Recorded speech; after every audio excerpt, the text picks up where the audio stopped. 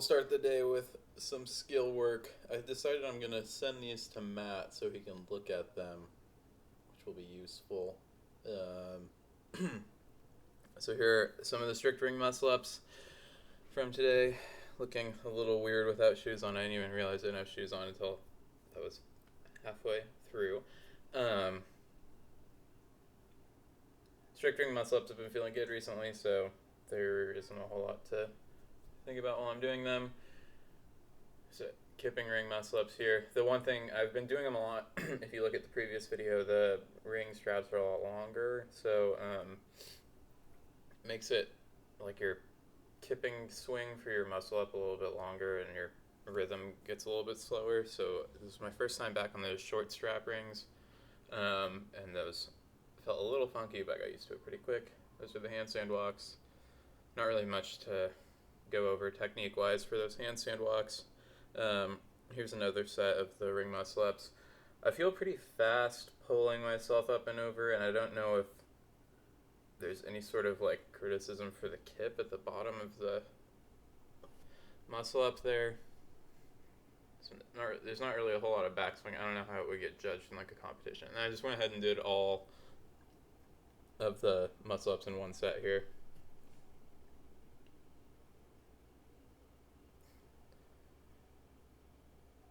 Got those done with, and I think we'll switch over to the Metcon here. So this was 4 rounds for time, 3 power cleans at 205, or power clean and jerks at 205 pounds, 6 chest to bar pull-ups, and 18 wall balls. And so I did a little fancy editing here so that we don't have to watch the entire thing.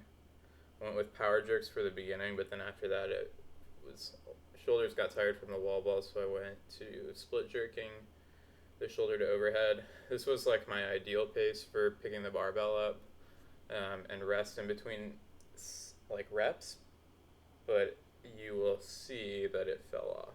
6 chest to bars is quite a small number of chest to bars for me. Those are one of my strengths, so those were kind of like the rest. It was pretty easy to just jump right up onto the bar. And this is like a pretty ideal transition time, I would say. I mean, if I was racing, I could have gone a lot faster, but just in a normal training Metcon, just quickly get ready and go. So we'll do the 18 wall balls. My goal for this was to hit 8 minutes, which would be 2 minutes per round, and that would give me 1 minute for the clean and jerks, and then a minute to do the 6 chest to bars and the 18 wall balls. Then I was thinking I could try and hit those lifts like on the 20 seconds during that minute that I had allotted, but then I ended up, the wall balls kind of gassed me a little bit, and I, especially in those mid rounds, so fell off pace a little bit. I think I finished around like 840 something, low 840s. So that was I was pretty happy when I was watching this. That transition was somewhat quick compared to some of those other videos. This is my first day back after a full rest day yesterday, so a little bit easier, not quite as fatigued, but so that rest time, I guess, was fine. This is about, 205 is about 80%, a little under 80% of my 1 rep max. So taking singles here at a decent pace is somewhat challenging. But yeah, this doesn't look too bad.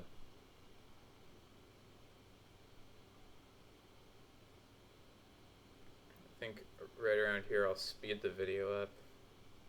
I'll go really fast through the next couple rounds.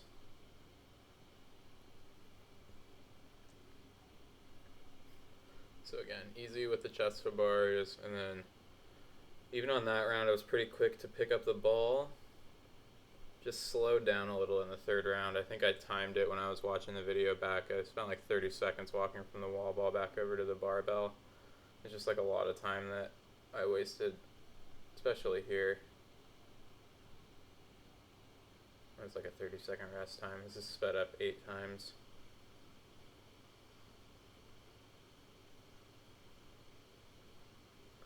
So 3rd round of clean and jerks, 3rd round of chest to bars,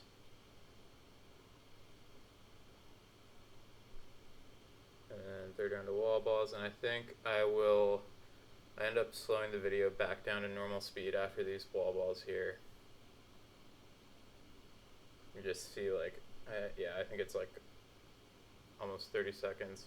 Didn't stay away from the chalk bucket this time though, so I spent so much time chalking up.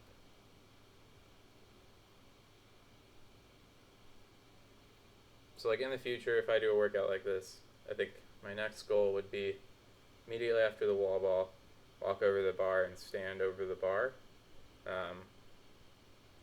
That just like puts pressure on you to pick it up, and then I belt up sooner so that I don't like rest, then belt up, and then rest after I belt up. So here's our last set of clean and jerks.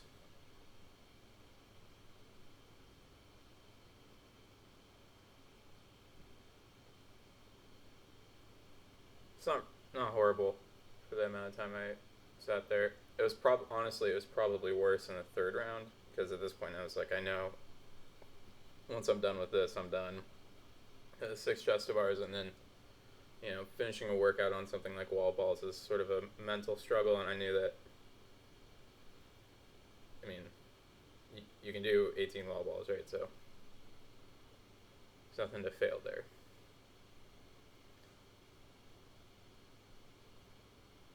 Finish that guy out, and then see like here, probably if I was racing, would have just left the belt or stripped it off a little bit faster, but I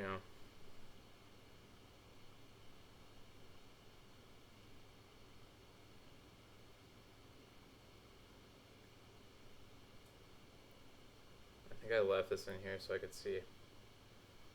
So actually decently fast to the ball after the chest to bars versus I think previous rounds was a little bit worse. I would get off the rig and kind of stare at the wall ball just a little too long.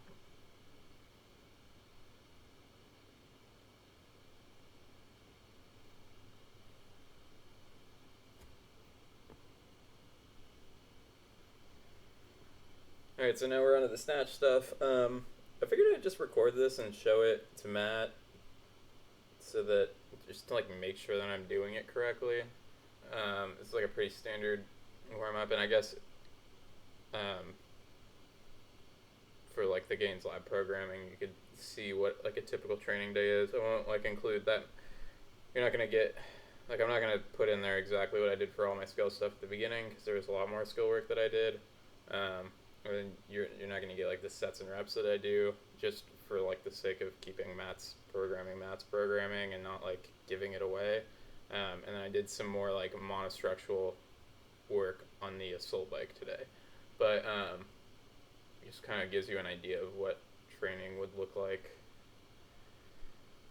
I'm not quite sure how I stack up compared to his other athletes, but I would think that I'm on a little bit towards the higher end, at least skill-wise. Strength-wise, I would not think so. Not really the strongest athlete, but let's say that my skill work is pretty decent, except for like handstand push-ups I'm not that great at.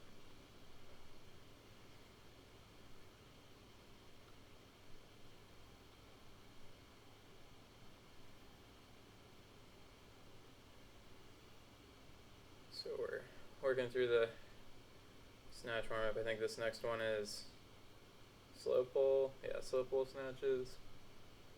And these I actually think, if we look back at them, I'll pause it for the next one. I think I stay too far back here. So I think here, it's like self-critiquing it. My shoulders should probably be a little bit further over the bar. I would bet that they're actually directly on top, if not behind the bar. I don't know if like going that wide with my knees is really necessary. I'm trying to create room to create a straighter bar path, but when we get here, I'm not sure how powerful that is with the knee kind of caving in to go to the power position. So I'm not 100% sure on whether or not that was ideal, but I'll watch another. It's hard to tell because you'd think that like that's a pretty decent, like keeping the chest up, but then when I actually, you'll see later when I actually go somewhat heavy in the snatch, I tend to keep my, like stay a lot further over the bar since my legs are pretty long. So I'm not sure if I should be pulling it like I do when it's really heavy, or if I should be pulling it like I do when it's light. I don't know. Like should I be? I don't know how to explain that, but so we're into our working sets here. There's some other like primer work that I did a little bit before this. I thought I was recording, but it didn't, and whatever. It's fine. It's just like technique work. So this is working sets. Here's a 180. So the loading up to 180 felt good. This is 190. That one felt decent, and I actually like wrote out. That's the last one, and this one was wobbly. I kept missing a bunch in there, and I think if I go back a little bit and we come back here, let's see.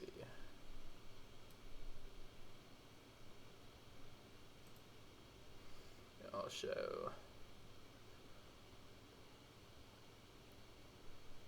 So if you look here, I kind of messed this up pretty stupidly. This bar, actually no, this isn't it. It's the next one. Yeah, so the bar here, you can see, that's a 2.5 pound plate. It's supposed to be loaded to 190. This is the 2.5 pound plate on the bar over here. It's a 5 pound plate.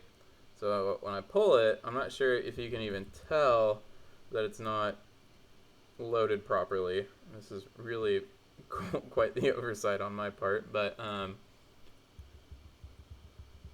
it doesn't look that bad. So I guess shoulder stability is on point, I guess. So it looks fine, sort of, but you know, it was really bad. I started missing lifts, and the bar felt weird, and then I finally realized. So you can see here, I took that 5 pound plate off and swapped it. Here's some snatch high pulls. So this is what I'm talking about. So when I was doing those slow pulls at the beginning,